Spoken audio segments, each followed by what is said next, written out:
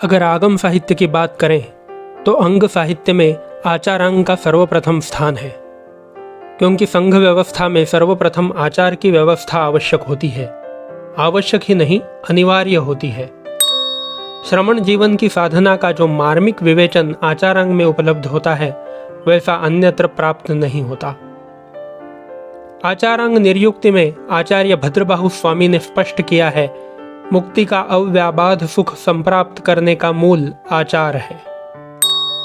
अंगों का सार तत्व आचार में रहा हुआ है।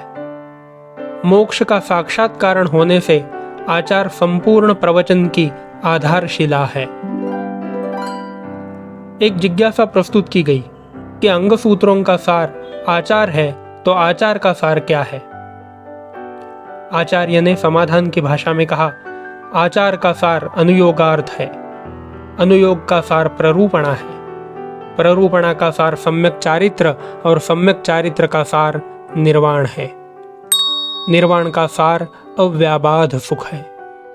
इस प्रकार आचार मुक्ति के महल में प्रवेश करने का भव्य द्वार है। उससे आत्मा पर लगा हुआ अनंत काल का कर्ममल छूट जाता है।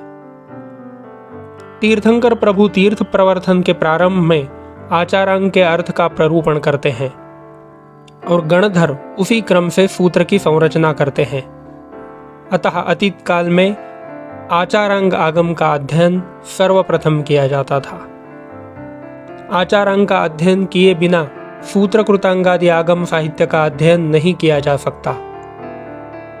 जिनदास महत्तर ने लिखा है, आचारांग का अध्ययन करने के बाद ही धर्म कथानुयोग, गणितानुयोग और द्रव्यानुयोग पढ़ना चाहिए। यदि कोई साधक आचारांग को बिना पढ़े अन्य आगम साहित्य का अध्ययन करता है तो उसे चातुर्मासिक प्रायश्चित्त करना पड़ता है। व्यवहार भाष्य में वर्णन है कि आचारांग के शस्त्र परिज्ञा अध्ययन से नवदीक्षित श्रमण की उपस्थापना की जाती थी और उसके अध्ययन से ही श्रमण भिक्षा लाने के लिए योग्य बनता था। आचारांग का अध्ययन किए बिना कोई भी श्रमण आचार्य जैसे गौरव गरिमा युक्त पद को प्राप्त नहीं कर सकता था। गणि बनने के लिए आचारधर होना आवश्यक है। आचारांग को जैन दर्शन का प्रमुख आगम माना गया है। आचार्य भद्रबाहु ने आचारांग के महत्व के संबंध में जो अपने मौलिक विचार व्यक्त किए हैं, वे आचारांग की गौरव गरिमा का दिग्दर्शन है। प्राचीन प्रमाणों के आधार से यह स्पष्ट है कि द्वादशांगी में आचारांग प्रथम है, पर वह रचना की दृष्टि से प्रथम है या स्थापना की दृष्टि से, इस संबंध में विभिन्न मत हैं। नंदी चूर्णी में आचार्य जिनदास गणि महत्तर ने सूचित किया है कि जब तीर्थंकर भगवान तीर्थ का प्रवर्तन करते हैं, उस समय वे पूर्वगत सूत्र का अर्थ सर्वप्रथम करते हैं, इसीलिए ही वह पूर्व कहा जाता है। किंतु जब सूत्र की रचना करते हैं तो आचारांग, सूत्र कृतांग आदि आगमों की रचना करते हैं और उसी तरह वे स्थापना भी करते हैं। अतः अर्थ की दृष्टि से पूर्व सर्वप्रथम है, किंतु सूत्र रचना और स्थापना की दृष्टि से आचारांग सर्वप्रथम है। इसका समर्थन आचार्य हरिभद्र सूरी तथा आचार्य अभयदेव सूरी ने भी किया है।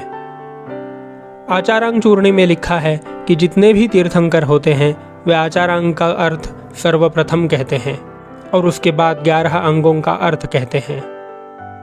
इसी क्रम से गणधर भी सूत्र रचना करते हैं। आचार्य शीलांक का भी यही अभिमत है कि तीर्थंकर आचारांग के अर्थ का प्ररूपण ही सर्वप्रथम करते हैं और गणधर भी उसी क्रम से स्थापना करते हैं। समवायांग वृत्ति में आचार्य अभयदेव सूरी ने कहा है कि आचारांग सूत्र स्थापना की दृष्टि से सर्वप्रथम है, किंतु रचना की दृष्टि से वह 12वां है। पूर्व साहित्य से अंग निर्यूढ़ है, इस दृष्टि से आचारांग को स्थापना की दृष्टि से प्रथम माना गया है, पर रचना क्रम की दृष्टि से नहीं। आचार्य हेमचंद्र सूरी और गुणचंद्र, जिन्होंने भगवान महावीर के जीवन की पवित्र गाथाएं अंकित की हैं, उन्होंने लिखा है कि भगवान महावीर ने गणधरों को सर्वप्रथम त्रिपदी का ज्ञान प्रदान किया और उन्होंने त्रिपदी से प्रथम 14 पूर्वों की रचना की और उसके बाद द्वादशांगी की रचना की। सहज ही यह जिज्ञासा हो सकती है कि अंगों से पहले पूर्वों की रचना हुई तो द्वादशांगी की रचना में आचारांग का प्रथम स्थान किस प्रकार का है? इसका समाधान यह है कि पूर्वों की रचना प्रथम होने पर भी आचारांग का द्वादशांगी के क्रम में प्रथम स्थान मानने पर बाधा नहीं आती, कारण कि 12वां अंग दृष्टिवाद है। दृष्टिवाद के परिकर्म, सूत्र, पूर्वगत, अनुयोग, चूलिका ये 5 विभाग हैं। उसमें से एक विभाग पूर्व है। सर्वप्रथम गणधरों ने पूर्वों की रचना की, पर 12वें अंग दृष्टिवाद का बहुत बड़े हिस्से का ग्रथन तो आचारांग आदि के क्रम से 12वें स्थान पर ही हुआ है। ऐसा कहीं पर भी उल्लेख नहीं है कि दृष्टिवाद का ग्रथन सर्वप्रथम हो गया हो। इसीलिए निर्युक्तिकार का यह कथन कि आचारांग रचना और स्थापना की दृष्टि से सर्वप्रथम है, युक्तियुक्त प्रतीत होता है। आचारांग की महत्ता का प्रतिपादन करते हुए चूर्णिकार और वृत्तिकार ने लिखा है कि अतीत काल में जितने भी तीर्थंकर हुए हैं उन सभी ने सर्वप्रथम आचारांग का उपदेश दिया। वर्तमान में जो तीर्थंकर महाविदेह क्षेत्र में विराजित हैं वे सभी सर्वप्रथम आचारांग का ही उपदेश देते हैं, और भविष्य काल में जितने भी तीर्थंकर होंगे वे भी सर्वप्रथम आचारांग का ही उपदेश देंगे। आचारांग को सर्वप्रथम स्थान देने का कारण यह है कि संघ व्यवस्था की दृष्टि से आचार संहिता की सर्वप्रथम आवश्यकता होती है। जब तक आचार संहिता की स्पष्ट रूपरेखा न हो वहां तक सम्यक प्रकार से आचार का पालन नहीं किया जा सकता। अतः किसी का भी आचारांग की प्राथमिकता के संबंध में विरोध नहीं है।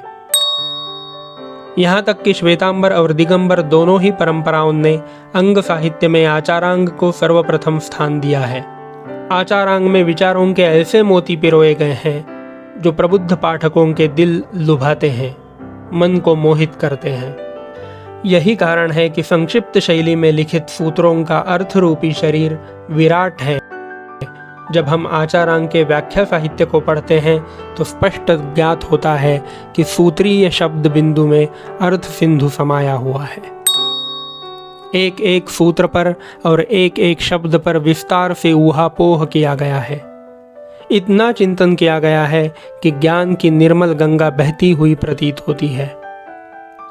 श्रवणाचार का सूक्ष्म विवेचन और इतना स्पष्ट चित्र अन्यत्र दुर्लभ है।